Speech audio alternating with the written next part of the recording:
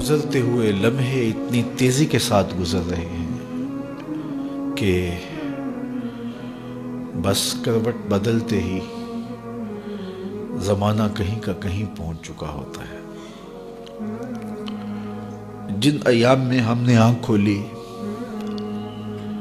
اور شعور کی منزلوں میں قدم رکھے، پوری دنیا تیزی کے ساتھ کروٹ بدل رہی تھی، بالخصوص پاکستان کے اندر، ہندوستان کے اندر، بر صغیر کے لوگوں کی ایک نئی دنیاوی نشأت تھی۔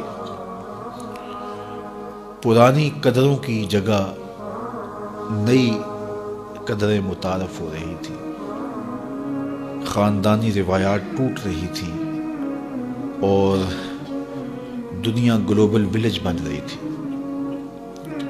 وہ کلچر، وہ تہذیب جو مخصوص علاقوں کا حصہ تھا، وہ دیہاتوں میں منتقل ہو رہی تھی۔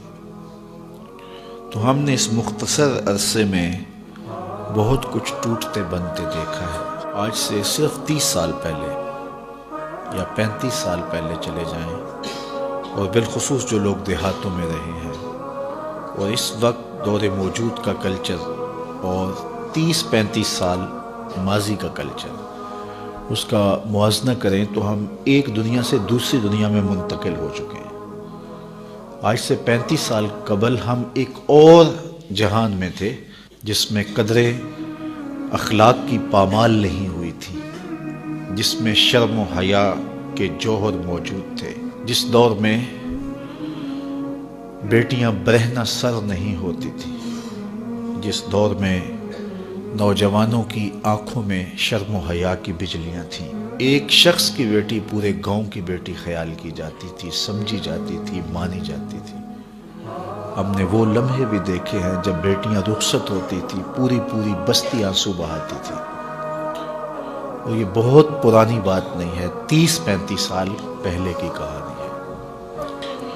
آج نگاہیں آوارہ ہو گئیں، خیالات بے قابو ہو گئے، اور اس امت کا سب سے بڑا فتنہ مال ہے۔ تو مال کی خواہش نے قدریں چھین لی، رشتے چھین لیے، آرزوئیں جو کہ حسن اور جمال کی پیکر تھی، وہ تلخ رنگ میں رنگی گئی، اور ایک عجیب معاشرہ اور معاشرت تشکیل پا گئی۔ آج انسان کا دشمن ہو گیا ہے۔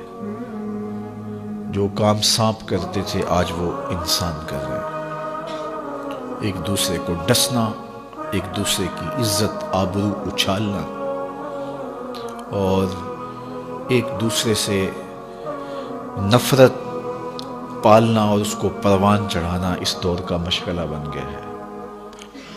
تو جو ہی موسم بدلتے ہیں، رتیں تبدیل ہوتی ہیں، تو ماضی یاد آتا ہے، تو دل کتنا افسردہ ہو جاتا ہے۔ جنہوں نے وہ زمانہ نہیں دیکھا، ان کے لیے تو حالات اور طرح کے ہوں گے، اور جنہوں نے ماضی کی حسین قدریں دیکھی ہیں، ان کے لیے یقیناً یہ دور اتنا آسان دور نہیں ہے۔ لیکن مایوس نہیں ہونا چاہیے، اپنی زندگی کو اللہ اور اس کے رسول کے راستے پہ لگانے کی کوشش کرنی چاہیے، پاکیزہ ماحول کی تلاش میں نکلنا چاہیے۔ اچھا ماحول اچھائی کی قدریں اور اچھائی کی قوتوں کی نشت کا ذریعہ ہوتا ہے، اور برا ماحول اچھے لوگوں کو بھی برا بنا دیتا ہے۔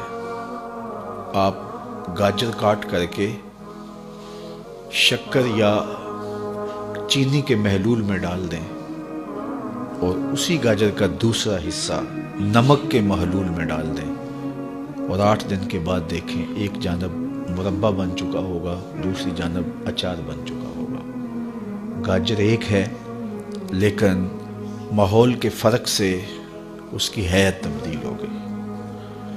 پاکیزہ ماحول کے ساتھ جو لوگ وابستہ رہتے ہیں، انہیں خیر ملتی ہے، اور اگر وہ خیر کے کسی ماحول سے وابستہ نہ ہوا، تو شر کا ماحول اس کے تقدس کو اور اس کی پاکیزگی کو، اس کی عفت کو، اس کے شرم و حیا کو اور اس کی اقدار عالیہ کو زائل کر دے گا۔ تو صاحب وہ آؤ اس تھوڑی سی زندگی کو اللہ اور اس کے رسول کے نام پہ گزار دیں۔